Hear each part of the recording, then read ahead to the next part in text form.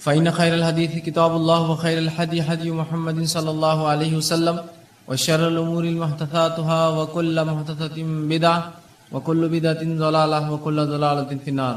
أعوذ بالله من الشيطان الرجيم. الحمد لله الذي هدانا لهذا والصلاة والسلام على خاتم النبيين والمرسلين. رب اشرح لي صدري ويسر لي أمري واحلل عقدة من لساني يفقهوا قولي. أما بعد. وقال عز وجل في القرآن المجيد: اعوذ باللہ من الشیطان الرجیم. بسم اللہ الرحمن الرحیم.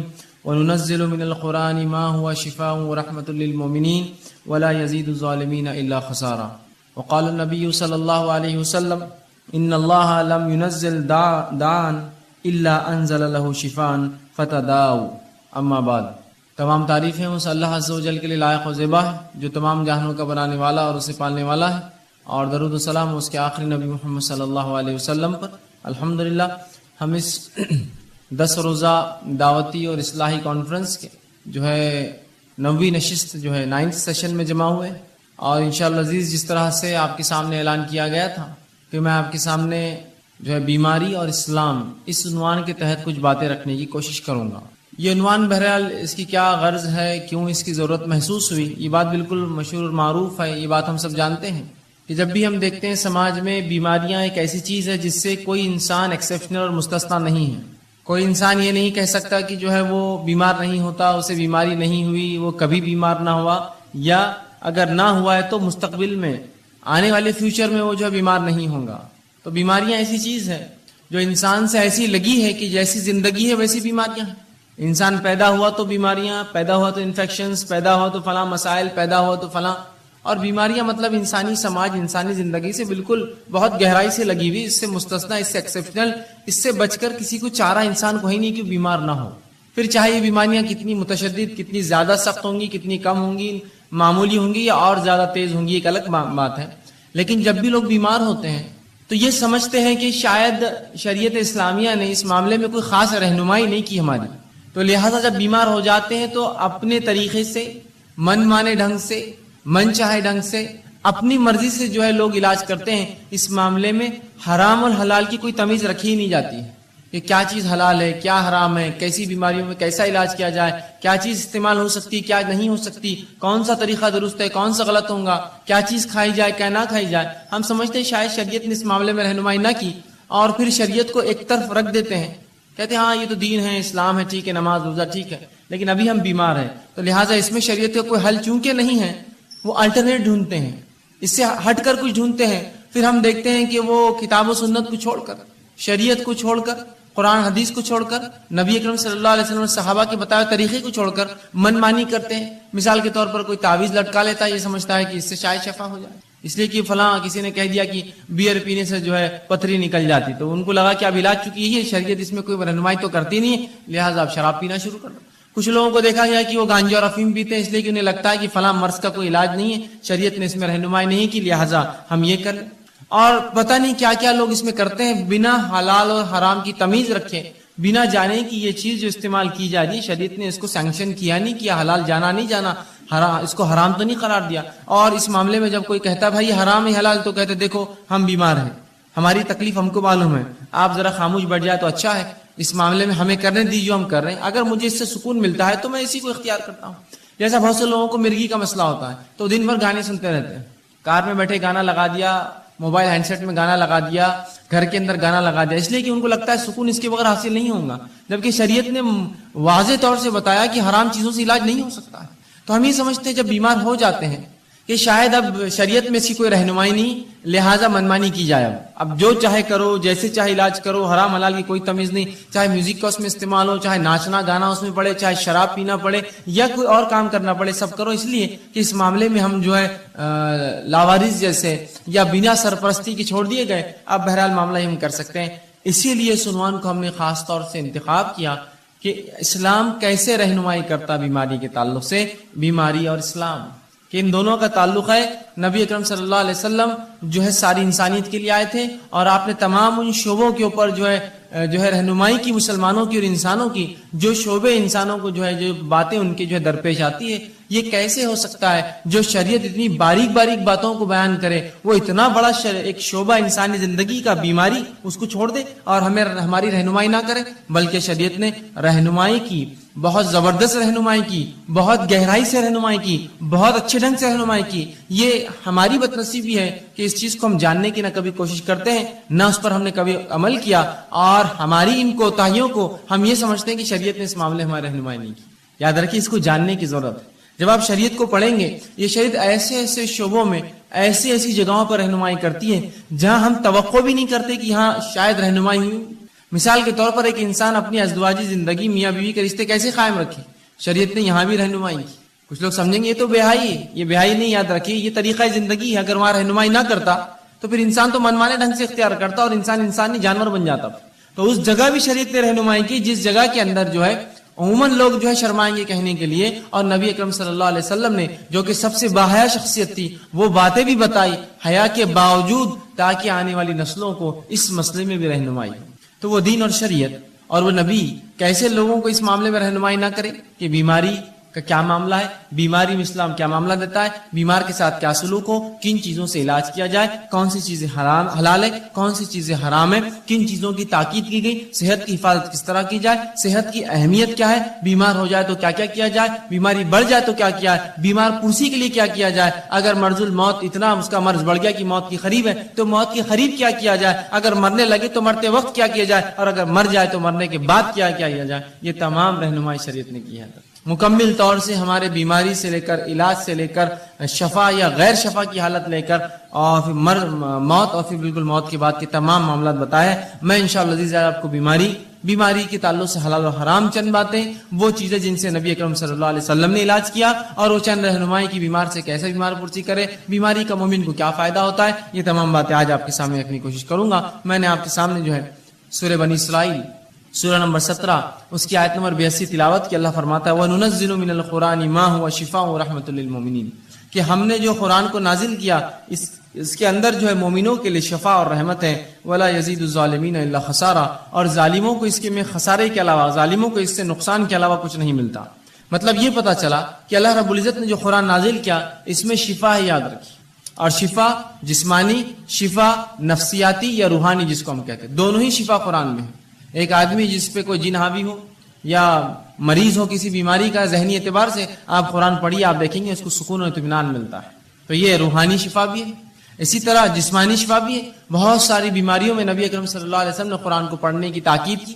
قرآن کے فضائل میں یہ تمام باتیں بہرحال آ سکتی ہے. آپ فضائل قرآن کے عنوان پر یہ باتیں جو ہے پڑھ سکتے ہیں، تحقیق کر سکتے ہیں. بہرحال آئیے، تو اللہ نے فرمایا کہ ہم نے اس قرآن کو نازل کیا جس کے اندر مومنوں کے لیے شفا ہے اور رحمت ہے، اور ظالموں کو اس کے اندر خسارہ ہے. ظالموں کے لیے تو قرآن نقصان ہے، اس لیے کہ اللہ کی کتاب مان کر اس کو نہیں پڑھتے، ان کے لیے ہدایت نہیں ہے اس کے اندر، لہٰذا وہ خسارہ اٹھاتے ہیں. ورنہ مومنین کے لیے تو شفا ہے اور رحمت ہے اس قرآن کے اندر. اور اسی مقصد کے تحت اللہ نے اس کو نازل کیا. وَنُنَزِّلُ، ہم نے اس کو نازل کیا یہی مقصد کے تحت کہ مومنوں کو شفا اور رحمت اس سے حاصل ہو، اور ظالموں کو اس سے نقصان کے سوا اور کچھ حاصل نہیں ہوتا. یاد رکھیے. اسی طرح نبی اکرم صلی اللہ علیہ وسلم کا ایک فرمان سنن ابن ماجہ کی ایک حدیث میں نے آپ کے سامنے تلاوت کی. اللہ کے رسول صلی اللہ علیہ وسلم فرمایا کہ اللہ رب العزت نے ایسی کوئی بیماری نہیں جس کو نازل کیا. اس حدیث سے پتہ چلتا ہے کہ بیماری اللہ کی طرف سے آتی ہے. رسول اللہ فرماتے ہیں ان اللہ لم ينزل، کہ ایسی کوئی بیماری نہیں ہے جس کو اللہ نے نازل کیا لیکن اس کی شفا، اس کی دوا بھی نازل کر دی، اس کا علاج بھی نازل کر دیا. شفان فتداؤ، تو لہذا تم دوا کرو، علاج کراؤ. تو یہاں اس حدیث میں نبی اکرم صلی اللہ علیہ وسلم وضاحت کر دی کہ ایسی کوئی بیماری نہیں ہے جس کو اللہ نے نازل کیا ہو. تو پتا چلا بیماریاں آسمان سے آتی ہے، اللہ بیماریاں دیتا ہے لوگوں کو، لیکن اس کا علاج بھی اتارتا ہے ان بیماریوں کے ساتھ. فتداؤ، تو لہذا تم دوا کرو، علاج کرایا کرو.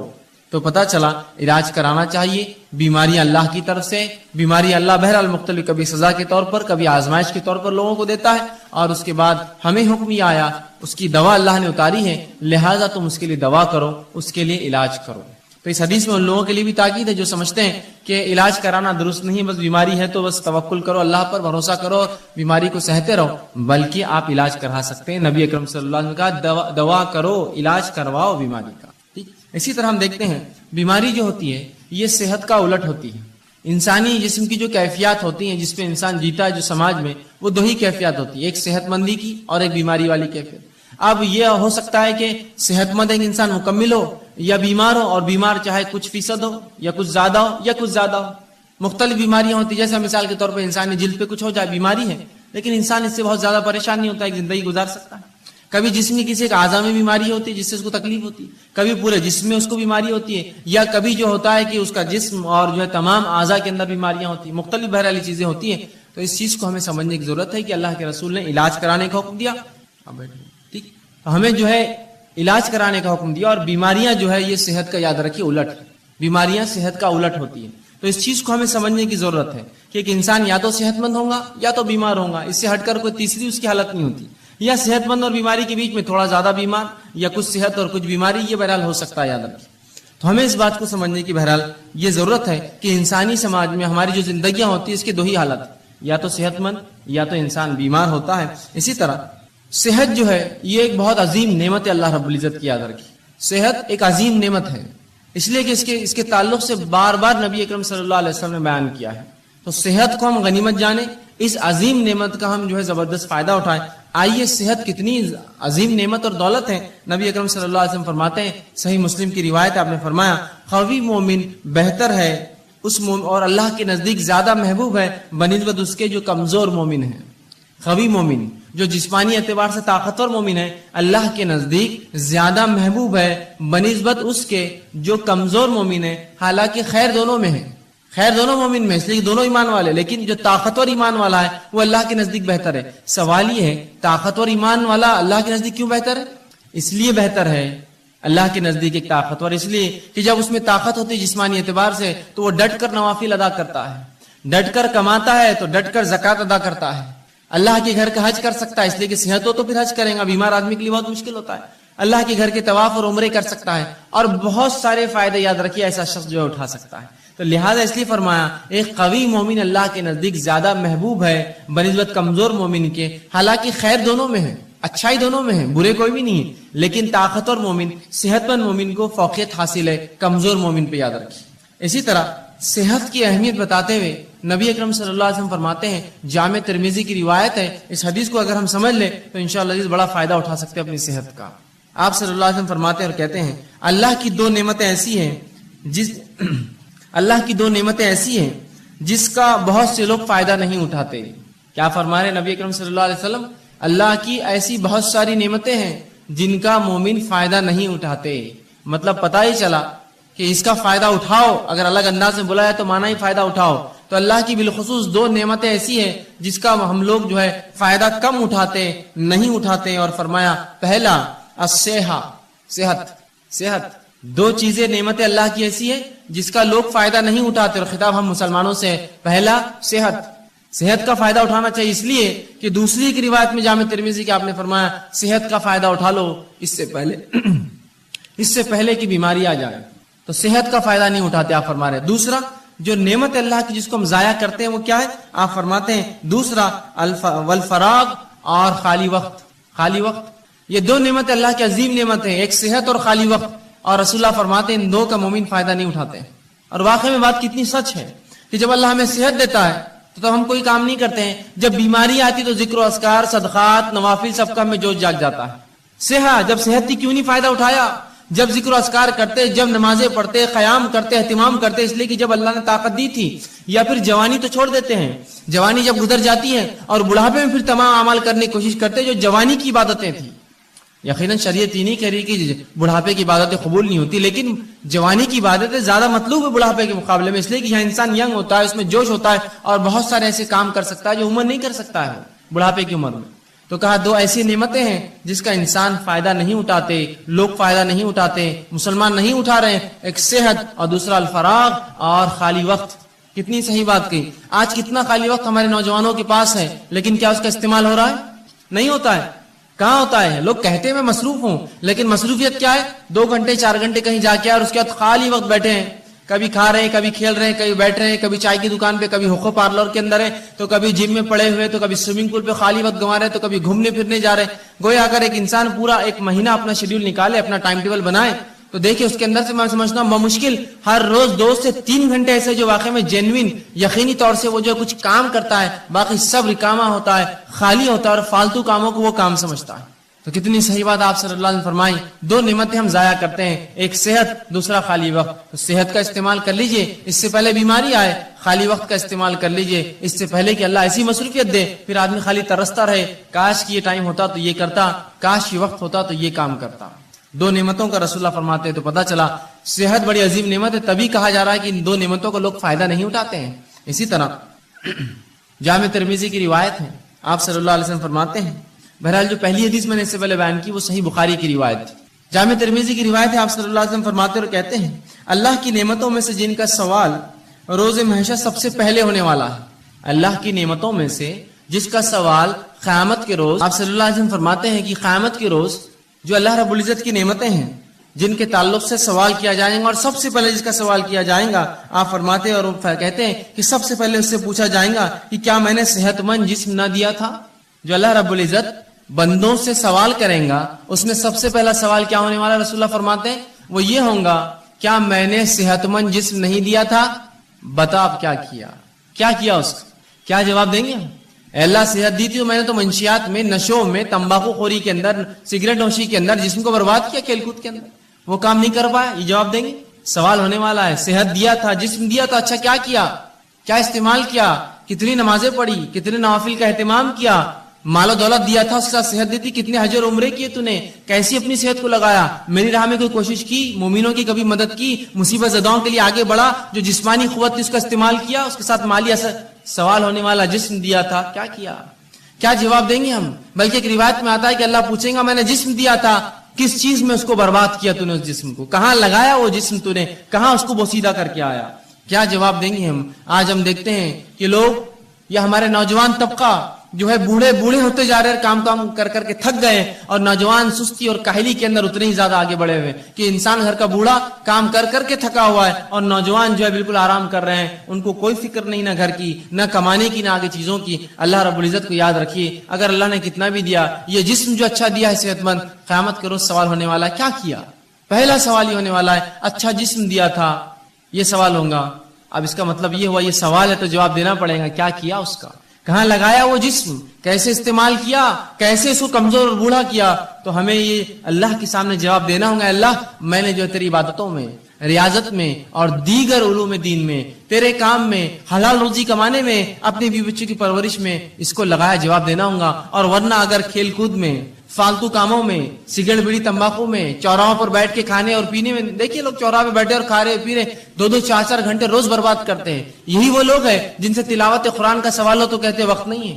یہی وہ لوگ ہیں جن سے دینی علم کا معاملہ کرے تو کہتے وقت نہیں ہے. لیکن شام میں ہر روز کام سے آنے کے بعد یا تجارت ختم ہونے کے بعد 11-12 بجے تک, 1 بجے تک دوستوں میں بیٹھ کر جو وقت برباد کرتے ہیں, کیا روز قیامت اللہ پوچھیں گا نہیں جسم دیا تھا کیا؟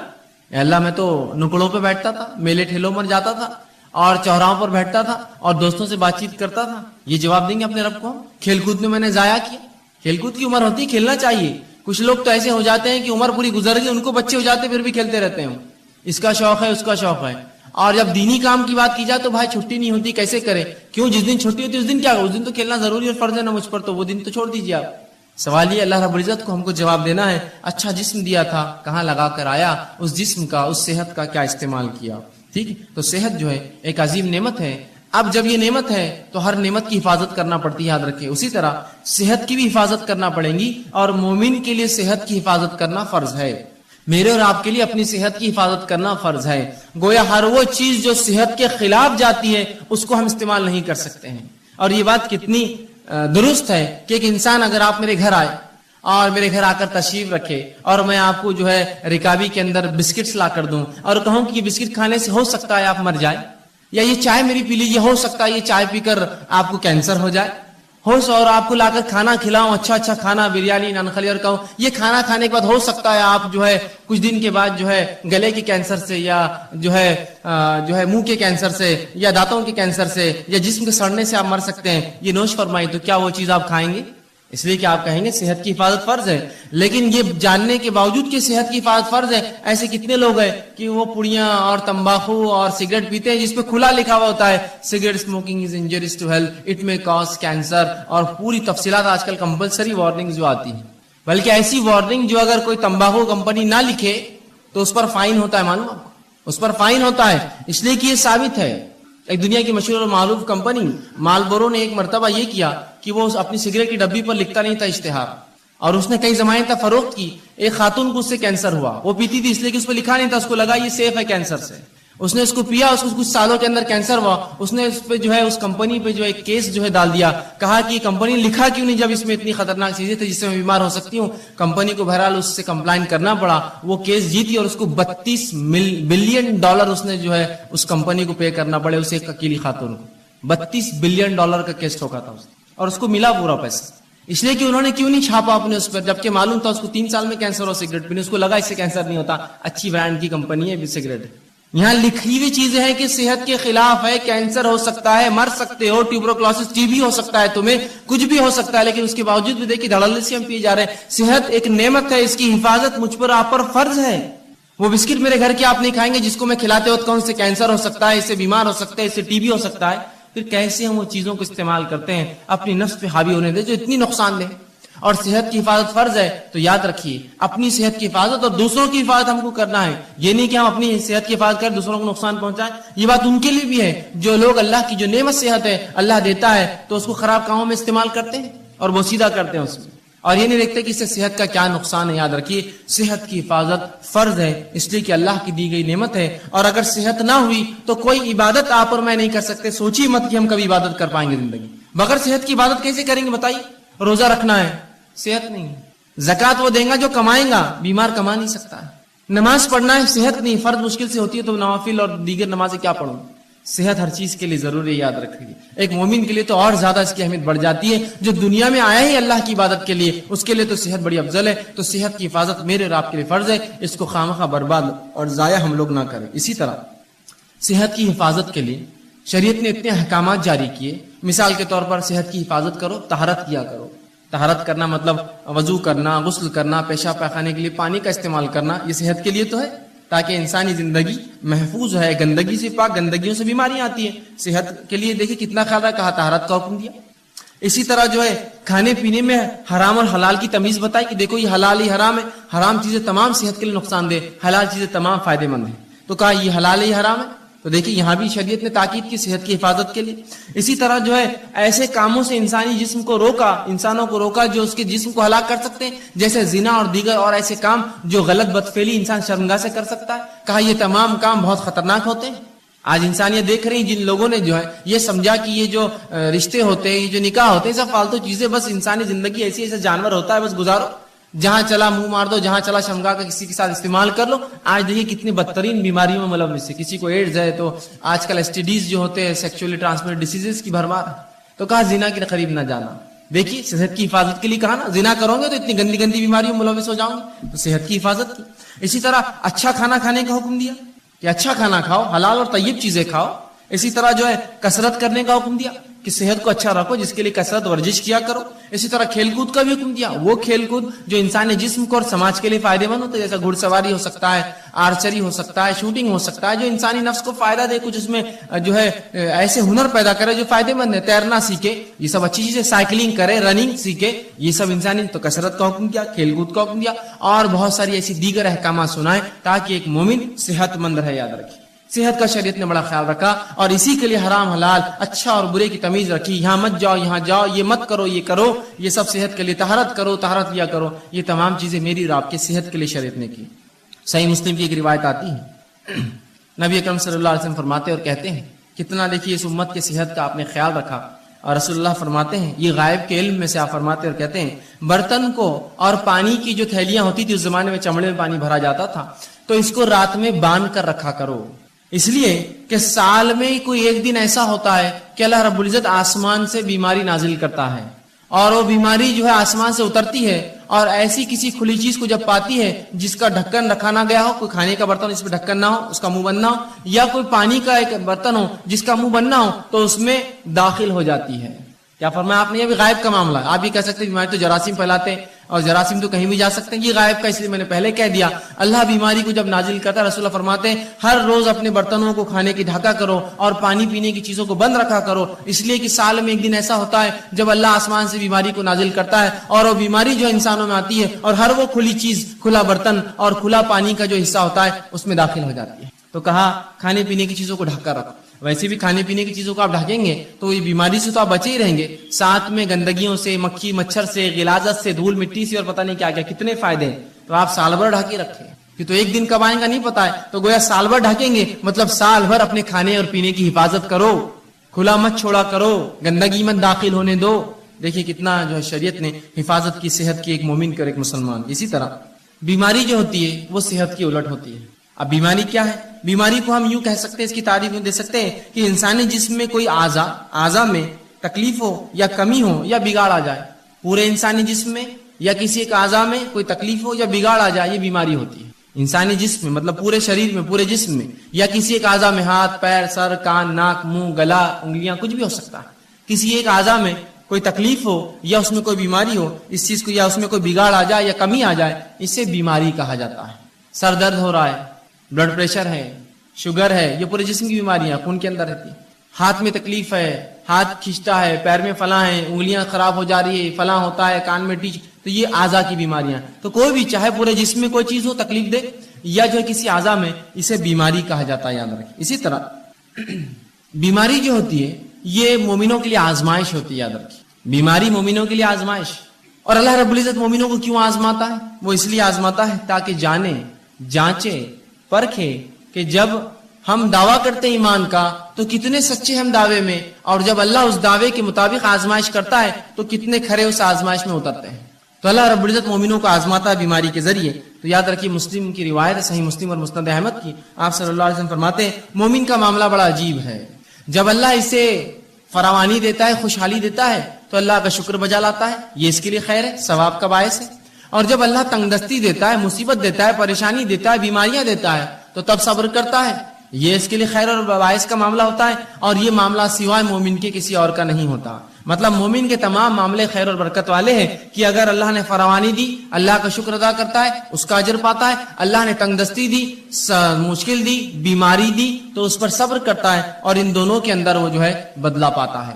اسی طرح سنن ابن ماجہ کی روایت ہے، آپ صلی اللہ علیہ وسلم فرماتے ہیں سب سے زیادہ جو لوگ انسانوں میں آزمائے جاتے ہیں، سب سے زیادہ جو لوگ انسانوں میں آزمائے جاتے ہیں وہ سب سے پہلے ہوتے ہیں انبیاء علیہ الصلوۃ والسلام. یہ سب سے زیادہ آزمائے جاتے ہیں. دوسرا فرمایا علماء حق، یہ دوسرے نمبر پہ جو آزمائے جاتے ہیں. تیسرا فرمایا صالحین اس امت کے نیک لوگ ہی تیسرے نمبر پہ آزمائے جاتے ہیں. اور فرمایا ان میں سے کچھ ایسے گزرے ہیں پچھلی قوموں میں، انبیاء، علماء حق اور صالحین، کہ جن کو ایسی بیماری اللہ نے دی کہ جن کے جسم میں کیڑے پڑ گئے. بیماری آزمائش ہے، ان کے جسم میں کیڑے پڑ گئے. صالحین اور ان نیکوکاروں کے اس حد تک بیمار ہوئے کہ اس بیماری میں ان کا انتقال ہو گیا. اسی طرح کچھ ایسے تھے اللہ نے ایسی غربت دی، اتنا غریب بنایا کہ سوائے ٹاٹ کے کپڑے، کھدر جو موٹے کپڑے ہوتے پہننے کے ان کے پاس نصیب نہ تھا. اور آگے فرمایا پہننے کو کچھ نہ تھا سوائے ٹاٹ کا کپڑا، لیکن اس میں وہ اس سے زیادہ خوش تھے جتنا تم فراوانی اور خوشحالی میں خوش رہتے ہو.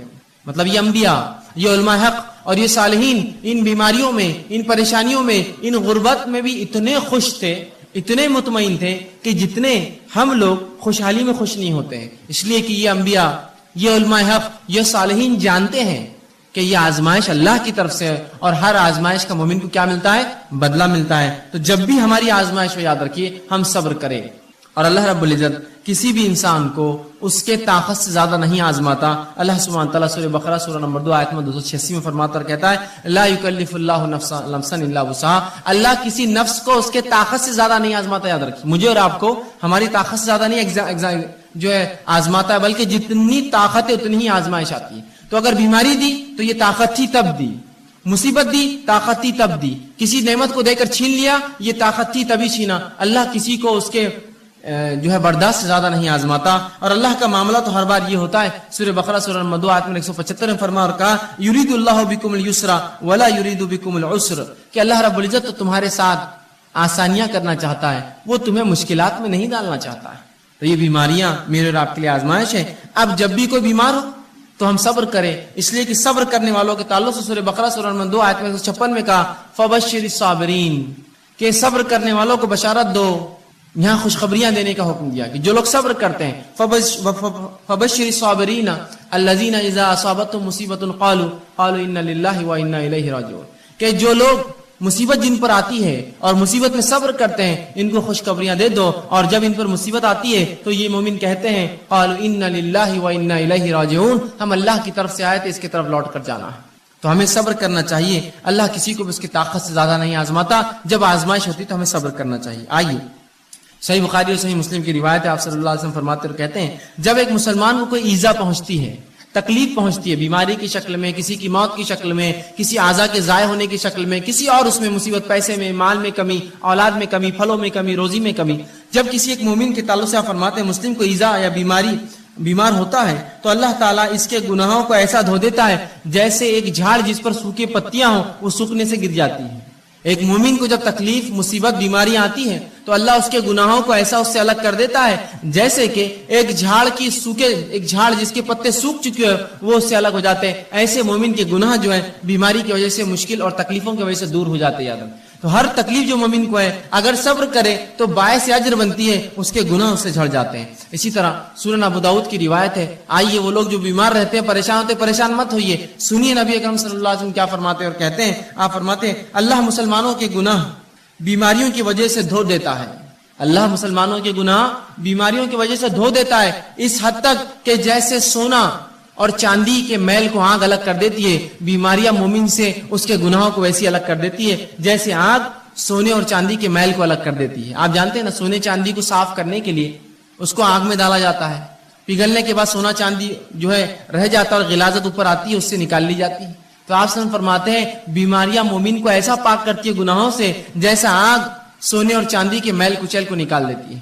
تو جو مومن بیمار ہوتا ہے وہ اس کی طاقت کے مطابق اللہ بیماری دیتا ہے، اسے کام ہے وہ صبر کرے، صبر کرنے کا بدلہ زبردست پاتا ہے۔ اسی طرح جب انسان بیمار ہو جائے تو علاج کرانا مستحب اور سنت ہے، یاد رکھیے ہر شخص کوشش کرے علاج موجود ہو تو ضرور علاج کروائے، اس لیے کہ نبی اکرم صلی اللہ علیہ وسلم کی روایت ہے، سنن ابن ماجہ کی حدیث ہے کہ اللہ رب العزت نے ایسی کوئی بیماری نازل نہ کی سوائے اس کے کہ اس کا علاج نازل کیا، تو لہٰذا تم لوگ جو ہے علاج کراؤ، جو خطبے میں نے حدیث آپ کے سامنے۔ تو اس حدیث سے پتا چلا ہمیں علاج کروانا چاہیے۔ اب جب پتا چلا علاج کروانا چاہیے، اللہ نے ہر بیماری کا علاج نازل کیا ہے، اب اس معاملے میں کیا احتیاط کرے، کیسے علاج کرے؟ تو آئیے حرام چیزوں سے علاج کرانا یاد رکھیے جائز نہیں ہے۔ وہ چیزیں جن کو شریعت نے حرام قرار دیا ہے وہ چیزوں سے علاج جائز نہیں ہے۔ اس کے تعلق سے نبی اکرم صلی اللہ علیہ وسلم فرماتے ہیں، طبرانی کی روایت حدیث آپ فرماتے ہیں ان اللہ لم یجعل شفاءکم فیما حرم علیکم، جو چیزیں اللہ نے تم پر حرام کی ہے اللہ نے اس میں شفا نہیں رکھی ہے۔ سمجھ گیا بات کو؟ حرام اشیاء کے اندر اللہ نے شفا رکھی ہی نہیں ہے، اس میں کبھی فائدہ ہو ہی نہیں سکتا۔ گو تھوڑے وقت کے لیے ایسا لگتا ہو کہ فائدہ ہے لیکن وہ شفا کبھی نہیں دے سکتا، اس لیے کہ رسول اللہ نے فرما دیا جن چیزوں کو اللہ نے تم پر حرام قرار دیا ہے اس میں کسی قسم کی شفا نہیں رکھی ہے۔ تو لہٰذا وہ اشیاء جو حرام ہیں، نشے کی چیزیں ہو سکتی ہے، دیگر اور چیزیں ہو سکتی ہے جو شریعت نے حرام قرار دی، ان کو کر کے ہم یہ نہ سمجھیں کہ اس سے فائدہ ہو سکتا ہے، اس سے شفا مل سکتی ہے، پھر چاہے بیماری جو ہے وہ نفسیاتی ہو یا جسمانی ہو۔ یاد رکھیں حرام چیزیں کر کے شفا حاصل نہیں کی جا سکتی، رسول اللہ نے اس کی وضاحت کر دی۔ تو جب بھی اب مجھے اور آپ کو اگر ہم بیمار ہو جائے علاج کروانا ہے تو حلال چیزوں سے علاج کروانا پڑے گا، حرام چیزوں میں اللہ رب العزت نے شفا نہیں رکھی۔ اسی طرح اب کوئی شخص بیمار ہو جائے تو بیمار ہونے کے بعد یاد رکھیے قرآن و احادیث سے جو دم ثابت ہے، جو پڑھ کر پھونکنا چاہیے، دوا کے ساتھ یہ بھی کرنا چاہیے۔ جہاں حرام دواؤں کا استعمال یا حرام اشیاء کا استعمال دواؤں میں درست نہیں ہے، اس میں کوئی شفا نہیں ہے۔ اسی طرح یہ بات یاد رکھیے کہ انسان کبھی کبھار بیمار ہوتا ہے، بیماری ایسی ہوتی ہے کہ اس کو جو ہے جہاں دعا کی ضرورت ہے وہاں دوا اور دعا دونوں کی ضرورت ہوتی ہے۔ یاد رکھیں آج بہت سارے لوگ اس کی گواہی دیں گے، ایسے بہت ساری تھراپیز نکلی ہے جن تھراپیز میں یہ ہوتا ہے کہ صرف مریض کی آنکھ پر ہاتھ پھیرا جاتا ہے، صرف ہاتھ پھیرا جاتا ہے اور اس سے اس کو فائدہ ہوتا ہے، صرف ہاتھ پھیرتے ہیں، آپ جائیے ان کے پاس خالی ہاتھ پھیرتے ہیں، جبکہ نبی اکرم صلی اللہ علیہ وسلم نے اپنی زندگی میں تمام کام کر کے بتا دی۔ آپ لوگوں کے پاس جاتے، ان پر دعا پڑھ کر دم کرتے اور سہلاتے ان کو، وہ اعضاء کے اوپر ہاتھ رکھتے جہاں بیمار ہے۔ تو آج بہت سی تھراپیز ایسی بہرحال ڈیولپ ہو رہی ہے، دھیرے دھیرے الٹرنیٹ میڈیسنز آئیں گے مارکیٹ میں جس میں یہ ہے کہ صرف سہلایا جائے تو اس سے فائدہ ہو رہا ہے لوگوں کو، ٹھیک ہے؟ تو لوگ یہ سوچتے ہیں کہ یہ خالی دم کرنے سے، پھونکنے سے کیا فائدہ ہوگا؟ بہت سارے فائدے ہوتے ہیں، اللہ کے کلام کا اثر ہوتا ہے، نبی اکرم صلی اللہ علیہ وسلم کو جو باتیں اللہ نے بتائی ان کلام میں اثر ہوتا ہے اللہ کی۔ تو اب اگر کوئی بیمار ہو جائے تو حرام چیزوں سے علاج نہ کرے۔ دوسرا، انسان اپنے نفس سے دم بھی کرے، سب سے پہلے اللہ سے پناہ طلب کرے اور پھر دنیاوی دوا کی طرف جائے. ہم سے جو کوتاہی ہوتی وہ یہ ہے، ہم جو ہی بیمار ہوتے سب سے پہلے ہم کہتے ہیں کہ ڈاکٹر، بس ڈاکٹر کا نام لے کے بھاگ گئے اور سمجھتے کہ اب ڈاکٹر صاحب نے جو دیا اس سے شفا تو ہونا ہی ہے. سب سے پہلے یہ کہے اللہ تو نے مجھے بیماری دی، مجھے صبر دے، اس بیماری کا اجر دے، اور اپنے نفس کو دم کرے، جو دعائیں بتائے گی وہ کرے، اور ساتھ میں دوا بھی کریے آپ.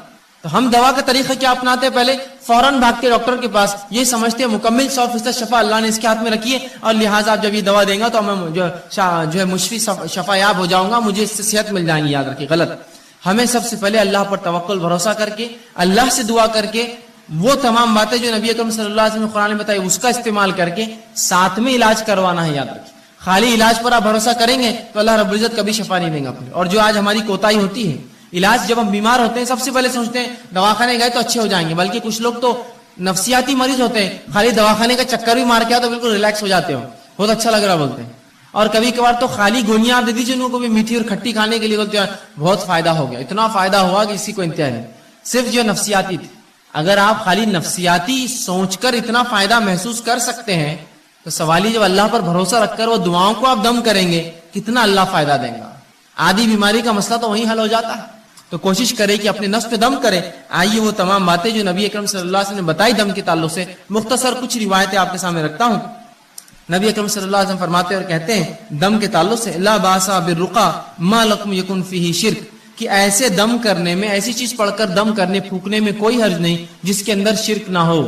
اور خود نبی اکرم صلی اللہ علیہ وسلم جو بیمار ہوئے اور مرض الموت آپ کا جو تھا، آپ نے عائشہ رضی اللہ عنہا سے کہا کہ مجھے پڑھ کر دم کرو، اور مائی عائشہ رضی اللہ عنہا آپ صلی اللہ علیہ وسلم پر جو ہے سورہ فلق اور سورہ ناس پڑھ کر معوذتین پڑھ کر دم کرتی گئی، اور دم کرنے کے بعد اپنے ہاتھوں سے نبی اکرم صلی اللہ علیہ وسلم کو سہلاتی گئی، ہاتھ پھیرتی گئی. تو پتہ چلا دیکھیے رسول اللہ بیمار تھے، آپ نے دوا بھی کی، ساتھ میں دم بھی کرنے لگوایا. یہ ہمارے لیے بھی ہے، ہم بیمار ہو جائے تو دم کروائے. معوذتین خود پڑھی، خود نہ پڑھ سکے گھر والوں کو تاکید کرے کہ پڑھ کر مجھ پر دم کرو. تو کہا ایسے دم میں کوئی حرج نہیں جس میں شرک نہ پایا جاتا ہو، تو لہٰذا ہم اپنے آپ کو دم کروائے. وہ الفاظ اس میں شرک نہ ہو. اور قرآن حدیث میں اتنی بہترین دعائیں آ چکی ہیں، میں سمجھتا ہوں دوسرے رقیہ یا رقیہ کی ضرورت ہی نہیں ہمیں دم کرنے کی. وہ آپ پڑھ کے دم کیجئے، دیکھیے اس سے کتنے فائدے ہوتے ہیں. اسی طرح لوگ جب بیمار ہوتے ہیں اور بیماری اگر دور نہ ہو تو سب سے پہلے جہاں بھاگا جاتا ہے، جو خیال جاتا ہے وہ کیا ہے؟ مثال کے طور پر ایک انسان کو بیماری ہے، اب بیماری ختم نہ ہو رہی ہے، اللہ کی لمبی آزمائش ہے، تو سب سے پہلے دھیان کیا جاتا ہے؟ دیکھو اب اسلام میں اس کا علاج نہیں ہے، اور دواؤں میں اس کا علاج نہیں، اور جھاڑوں کے پاس اور پہاڑوں پر اور پتھروں پر اور جھرنوں پر پتہ نہیں کہاں کہاں جاتے ہیں اور مختلف قسم کے شرک کرتے اور سمجھتے ہو اس میں شفا ہے. یہ بات کی گواہی سب دیں گے.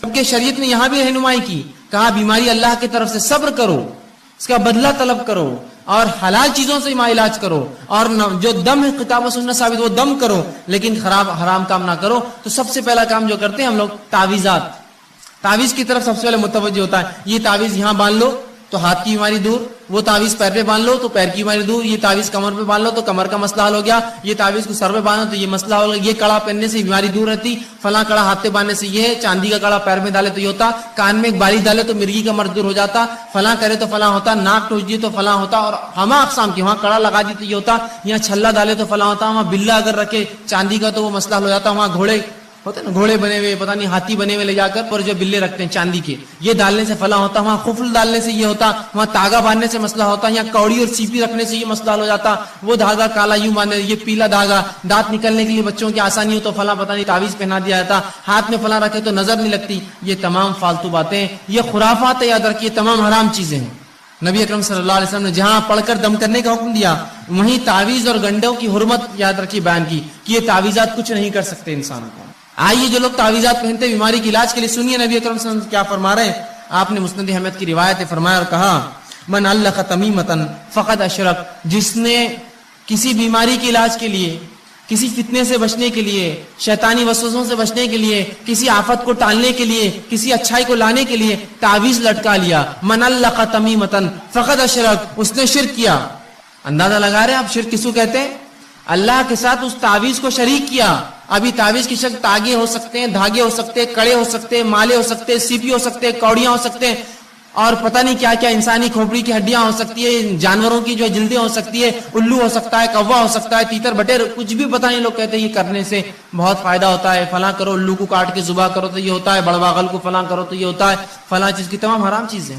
یا کوڑی لگا دی تو یہ ہوتا، سی پی ٹھوکے تو یہ ہوتا، مالے سے ہوتا، کنکر سے ہوتا، موتی سے ہوتا، سی پی سے ہوتا، یہ تمام حرام. جس نے اس عقیدے سے کوئی ایسی چیز لٹکا لی کہ اس سے برائیاں دور ہوتی ہے، بلائیں دور ہوتی ہے، آفتیں دور ہوتی ہے، اچھائی آتی ہے، بیماریاں جاتی ہے، تو کہا من علق تمیمۃ فقد اشرک، اس نے شرک کیا، وہ اللہ کے ساتھ اس نے اس تعویذ کو شریک کر دیا. اب بہت سے لوگ بولتے تاگا تو ہے، کیا ہوتا ہے یہ تاگا؟ اگر ہاتھ پر رہ گیا اور مر گئے تو آخرت میں اللہ رب العزت رب نہ ہوا، آخر میں اللہ کہیں گا اس تاگے سے ہی مانگ لے جو مانگنا ہے. میرا بندہ تو کہاں تھا، تو نے تو اس پہ اعتقاد رکھا، کیا برا حال ہوگا. آئیے سنیے نبی اکرم صلی اللہ علیہ وسلم آگے کیا فرماتے. مسند احمد کی یہ بھی روایت آپ فرماتے من علق تمیمۃ فلا اتم اللہ لہ ومن علق ودعۃ فلا ود اللہ لہ. سنیے اللہ کے رسول فرماتے ہیں جو تعویذ گلے میں لٹکا دے اللہ اس کی کبھی مراد پوری نہ کرے. رسول اللہ بدوا دے رہے ہیں اس کو، جو تعویذ گلے میں لٹکا لے اللہ اس کی مراد کبھی پوری نہ کرے. اور جو کوڑیاں اور سیپیاں، نبی اکرم صلی اللہ علیہ وسلم کے زمانے میں لوگ جانوروں کی چیزوں کی حفاظت کے لیے کوڑی اور سیپی لٹکاتے، مطلب تعویذ لٹکاتے بیماری نہ آنے کے لیے، کوڑیاں اور سیپی لٹکاتے کہ برائی نہ آئے، خیر کو لانے والا. تو کہا جو کوڑی اور سیپی لٹکا لے، آپ فرماتے ہیں جو لٹکا لے اللہ رب العزت اسے کبھی آرام نہ دے.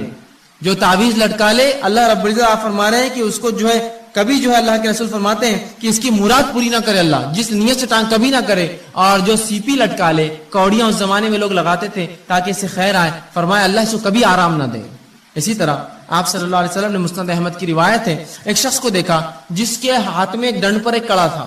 بہت سے لوگ پہنتے نا چاندی کی کڑے، چھلے، پتہ نہیں مالے، گلے میں دھاگے، تاگے. سن لیجئے وہ لوگ غور سے سنیے. نبی اکرم صلی اللہ علیہ وسلم ایک شخص کو دیکھا کہ ہاتھ میں اس کے کڑا تھا ڈنڈ پر. آپ صلی اللہ علیہ وسلم نے کہا افسوس یہ کیا ہے، کیا باندھ رکھا تو نے ہاتھ پر؟ یہ تو شخص نے کہا اللہ کے رسول یہ میں نے اس لیے پہنا ہے کہ اس سے ایک جلد کی بیماری نہیں ہوتی ہے، اسکن کا ایک ڈیزیز نہیں ہوتا ہے، اس وجہ سے میں نے کڑا پہنا ہے. تو کہا کہ تو اسے فوراً اتار دے ورنہ اللہ رب العزت جو ہے تجھے اس میں ملوث کر دے گا، اس بیماری کو ڈال دے گا، وہ بیماری میں تجھے ملوث کر دے گا. کہا فوراً اتار دے کڑا ورنہ اللہ تجھے اس بیماری میں ڈال دے گا. اور فرمایا اگر تو اس حال میں مر گیا، تیری موت ہو گئی کہ کڑا تیرے ہاتھ میں ہی تھا، مر گیا تو کبھی کامیاب نہیں ہوگا، آخرت میں کبھی کامیاب نہیں ہوگا. کیا فرمایا کہ تو نے جلد کے امراض کے لیے پہنا، اسے اتار دے، اگر تو نے اسے نہ اتارا تو تجھے بیماری اللہ دے دے گا، اور اگر تو مر گیا اس حالت میں تو آخرت میں تو کبھی کامیاب نہیں ہونے والا، اس لیے کہ تو نے شرک کیا. تو لہٰذا ہمیں حلال چیزوں سے علاج کروانا ہے، تعویذ گنڈوں میں کوئی علاج نہیں ہوتا. یاد رکھیں آپ دعائیں پڑھیے قرآنی، آپ دعائیں پڑھی نبوی، یہ علاج کا یاد رکھیے جائز طریقہ ہے. آپ بعض دعائیں جو نبی اکرم صلی اللہ علیہ وسلم نے دم کیا اپنے نفس پر جب آپ بیمار ہوتے تھے، تو آئیے وہ دعائیں آپ کے سامنے رکھتا ہوں. دیکھیے تمام باتیں دنیاوی علاج کے ساتھ چل رہا ہے، آپ دنیاوی علاج کراتے ہوئے یہ تمام کام کر رہے ہیں. یاد رکھیے میں نے یہ نہیں کہا آپ سے کہ آپ دنیاوی علاج چھوڑ دیجیے اور باقی یہی کرتے رہیے، کافی ہے. آپ دواخانے بھی جائیے لیکن پہلے یہ ہوگا اور ساتھ میں پھر علاج کرواتے رہیے اور پھر صبر کرتے رہیے، اللہ سے دعا کرتے رہیے. تو علاج کے ساتھ یہ سب چل رہا ہے، اس لیے کہ یہ دونوں ملیں گے تو شفا ہے. یاد رکھیے. آئیے آپ صلی اللہ علیہ وسلم نے جو بعض دعائیں کی شفا کے لیے اس آپ کے سامنے رکھتا ہوں، بس مختصر رکھوں گا. صحیح بخاری کی روایت ہے آپ صلی اللہ علیہ وسلم جب کسی مریض کے پاس جاتے تو اس کے جسم پر ہاتھ رکھتے اور یہ دعا پڑھتے اس کی شفا کے لیے. دعا یوں اللہم رب الناس اذهب الباس اشفی انت شافی، کہ اے اللہ انسانوں کو پالنے والے، انسانوں کے رب، اس سے تکلیف دور فرما، اس سے تکلیف دور فرما. اشفی انت شافی، اس کو شفا دے، تو شفا دینے والا ہے. لا شفا الا شفاء، تیرے علاوہ کوئی اور شفا دینے والا نہیں ہے. شفاء لا یغادر سقما، ایسی شفا دے کہ جو بیماری کو بالکل نہ چھوڑے. یہ دعا کرتے اس بیمار کے لیے، جب آپ جاتے اس کو پڑھتے اور یہ دعا کرتے کہ مریض پر ہاتھ رکھ کر یہ دعا کرتے اللہم رب الناس اذهب الباس، اے اللہ جو انسانوں کا رب ہے اس سے اس کی بیماری کو دور کر. اور یقیناً جو آپ فرماتے آگے اشفی انت شافی، تو شفا دینے والا، تیرے شفا دینے کوئی نہیں ہے. لا شفاء کا الا شفاء، تیرے علاوہ کوئی شفا نہیں دیتا. شفاء لا یغادر سقما، ایسی شفا دے اس کو کہ اس کی بیماری کو بالکل نہ چھوڑو. تو ہم بھی جب مریض کے پاس جائے، کوئی گھر میں مریض ہو جائے، یہ دعا اس کے جسم پر ہاتھ رکھ کے پڑھی، دیکھے شفا ملیں گی، ساتھ میں علاج بھی بہرحال کراتے رہے. اسی طرح صحیح مسلم کی روایت ہے ایک شخص نے آپ صلی اللہ علیہ وسلم کے سامنے درد کی شکایت کی. کہا اللہ کے رسول مجھے تکلیف ہو رہی ہے، کسی ایک اعضاء میں درد کی شکایت کی. نبی اکرم صلی اللہ علیہ وسلم جب یہ سنا، اس کی درد کی شکایت سنی، تو آپ نے فرمایا کہ تو اپنے اس اعضا پر جہاں تکلیف ہے اپنا سیدھا ہاتھ رکھ اور 3 بار بسم اللہ پڑھ. پیٹ دکھ رہا ہے، پیر دکھ رہا ہے، اچانک سر میں درد شروع ہوا، پتہ نہیں لوگ کیا کیا کرواتے ہیں. سنت سے یہ ہے کہ ہاتھ رکھو اور 3 مرتبہ آپ نے فرمایا بسم اللہ پڑھ، اور اس کے بعد آپ نے فرمایا اور کہا کہ 7 مرتبہ پھر یہ پڑھ. 3 بار ہاتھ رکھ کے کہے بسم اللہ بسم اللہ بسم اللہ کے نام سے، اور اس کے بعد 7 مرتبہ یہ پڑھ اور آپ نے فرمایا اعوذ بعزت اللہ وقدرتہ، کہ میں اللہ کی بڑائی اور اس کی قدرت کی پناہ لیتا ہوں، من شر ما اجد وحاذر، اس چیز سے جو میں محسوس کر رہا ہوں یا جس کا مجھے اندیشہ ہو رہا ہے. تو 3 بار پہلے بسم اللہ کہے اور 7 مرتبہ یہ دعا پڑھے تو رسول اللہ فرماتے ہیں اللہ رب العزت اس کو جو ہے شفا دیتا ہے. اسی طرح صحیح مسلم کی روایت ہے، آپ صلی اللہ علیہ وسلم فرماتے ہیں کہ آپ صلی اللہ علیہ وسلم ایک مرتبہ بیمار ہو گئے، جبرائیل علیہ السلام آئے اور نبی اکرم صلی اللہ علیہ وسلم پہ رقیہ کیا، دم کیا ایک دعا پڑھ کر. جبرائیل علیہ السلام نے کیا دعا پڑھی تھی؟ حدیث میں لفظ آتے ہیں، آپ صلی اللہ علیہ وسلم نے صحابہ کو سنا کہا بسم اللہ ارقیک، کہ میں اللہ کے حکم سے تجھ پہ جو ہے دم کرتا ہوں. جبرائیل علیہ السلام آئے اور رسول اللہ پر یہ دعا پڑھ کر دم کی، بسم اللہ ارقیک، کہ اللہ کے نام سے میں تجھے دم کرتا ہوں، من کل دائن یوزیک، ہر اس بیماری سے جو تجھے نقصان دہ ہے، من شر کل نفس، اور ہر نفس کے شر سے اللہ تجھے محفوظ رکھے، وعین حاسد، اور ہر نظر لگانے والے کی نظر بس سے تیری حفاظت کرے، اللہ یشفیک، اللہ تیری جو ہے تجھے شفا دے، بسم اللہ یرقیک، میں اللہ کے حکم سے تجھ کو جو دم کرتا ہوں. یہ دعا جبرائیل علیہ السلام نے نبی اکرم صلی اللہ علیہ وسلم پر دم کی. اسی طرح معوذتین آپ پڑھ سکتے ہیں، اسی طرح سورہ جو ہے فاتحہ پڑھ کر ہم دم کر سکتے ہیں. یہ تمام کے بڑے فضائل آتے ہیں، یاد رکھیں. ہم نے یہ تمام چیزیں بہرحال آج چھوڑ دی ہیں، اور ایسی تمام وہ دعائیں جو قرآن سے اور سنت نبوی سے ثابت ہے آپ پڑھ سکتے ہیں. میں نے تو 2-4 نمونے کے طور پہ رکھی. یہ اگر پڑھ کر ہم کریں گے تو آپ دیکھیے جہاں دوا سے بھی علاج کا کچھ حصہ ہو رہا ہے، وہیں یہ دعائیں بہت حد تک نفسیاتی طور سے ہمیں جو مرض سے دور کر دیں گی، یا کم از کم بیماری ختم نہ بھی ہو تو ہم ایک مضبوط ایک مومن بنے رہیں گے. ہم آہو بکا نہیں کریں گے، تقدیر کو کوسیں گے نہیں، اللہ کو برا بھلا نہیں کہیں گے، اللہ سے بدگمانی نہیں کریں گے. ہم ہی بیمار ہونا تھا کہ اللہ ہمارا ہی گھر ملا تھا کیا، معیش ملا تھا کیا. کم از کم یہ تسلی رہیں گی انسان کو، نفسیاتی وہ مضبوط اور قوی رہے گا، چاہے جسمانی اعتبار سے کتنا لاغر اور بیمار ہو چکا ہو. تو یہ دعائیں بڑی اہمیت رکھتی ہیں. اسی طرح بعض ایسی چیزیں جن سے نبی اکرم صلی اللہ علیہ وسلم نے خود علاج کیا ہو، وہ آپ کے سامنے کچھ رکھتا ہوں واقعات اور کچھ چیزیں جن سے خود نبی اکرم صلی اللہ علیہ وسلم نے علاج کیا ہو. لیکن ایک بات اس سے پہلے میں بتا دوں کہ جو باتیں حدیث میں آتی ہے کہ آپ صلی اللہ علیہ وسلم نے ان سے علاج کیا ہے، آج بہت سی مرتبہ یہ ہوتا ہے کہ ہم کہتے ہیں ان سے تو جیسا طب نبوی کتابیں ہوتی ہیں آپ پڑھتے ہیں اور علاج کرنے کی کوشش کرتے ہیں، فائدہ محسوس نہیں ہوتا ہے. وہ اس لیے کہ طب کا معاملہ ایسا ہے کہ اس پہ تجربات اور تجزیات کی ضرورت ہے. نبی اکرم صلی اللہ علیہ وسلم نے بہت سی باتیں فرمائی، یہ مسلمانوں کی کم علمی رہی، بےخوفی رہی، بد نصیبی رہی کہ طب نبوی ہم نے اپنے ہاتھ سے ضائع کر دی، کبھی اس پہ ریسرچ ہی نہیں کیا. کوئی بھی میڈیسن ریسرچ کے بغیر نہیں ہوتی ہے. رسول اللہ اگر یہ فرماتے ہیں کہ فلاں چیز میں یہ شفا ہے تو اس کا معنی یہ کہ اب ریسرچ کرنا پڑے گا نا، اس میں سے نکالنا پڑے گا کیسی شفا ہے، کس چیز کے ساتھ دنیا کی مل کے شفا دیں گی، کون سی اور چیزوں سے مل جانے سے فلاں فائدہ ہوگا. ریسرچ ورک کبھی نہیں ہوا. اور افسوس مسلمانوں نے یونانی طب کو اپنا طب سمجھا اور یونانی طب کو مکمل طور سے لے لیا، اور طب نبی اس کے چکر میں پوری جو ہے ختم ہو گئی. کہ آج بہت ساری باتیں جو طب نبی میں الفاظ آتے ہیں وہ دوائیں کس کو بولتے ہیں ہم کو معلوم نہیں. وہ تو تبھی معلوم ہو سکتا تھا جب اس زمانے کے بعد سے لے کر مسلمان اس کو استعمال کرتے رہتے، اس پہ تجربات کرتے. افسوس کہ اتنا زبردست ذریعہ طب کا ہم نے کھو دیا. لیکن پھر بھی کچھ باتیں جو آتی رکھنے کی کوشش کرتا ہوں، وہ جو جس سے رسول اللہ صلی اللہ علیہ وسلم نے شفا کے لیے استعمال کی دواؤں کے طور پر. سب سے پہلے جو حدیث میں آتا ہے وہ یہ کہ آپ شہد سے علاج کیا کرتے تھے. ایک مرتبہ ایک شخص آ کر اللہ کے رسول صلی اللہ علیہ وسلم، میرے بھائی کو جو ہے پیٹ خراب ہو چکا ہے، اسے دست ہو رہے ہیں، آپ صلی اللہ علیہ وسلم کا اسے شہد کھلاؤ. وہ گیا شہد کھلا کر آیا، کہا اللہ کے رسول اور بڑھ چکے ہیں. کہا اور کھلا. پھر اس نے کھلا کر آیا، کہا اللہ کے رسول صلی اللہ علیہ وسلم اور بڑھ چکے ہیں. کہا اور کھلا. 3 مرتبہ کھلانے کا حکم دیا. پھر وہ آ کر اللہ کے رسول اور اس کے جو ہے دست بڑھ گئے ہیں. تو کہا اللہ کی کتاب سچی ہے، تیرے بھائی کا پیٹ جھوٹا ہے، اسے اور کھلا شہد. اس لیے کہ اللہ نے شہد کے تعلق سے کہا اس میں شفا ہے، تو اللہ کی کتاب سچی ہے، تیرے بھائی کا پیٹ جھوٹا ہے، اسے اور کھلا. جب اور کھلایا گیا تو ان کو شفا مل گئی اس چیز سے.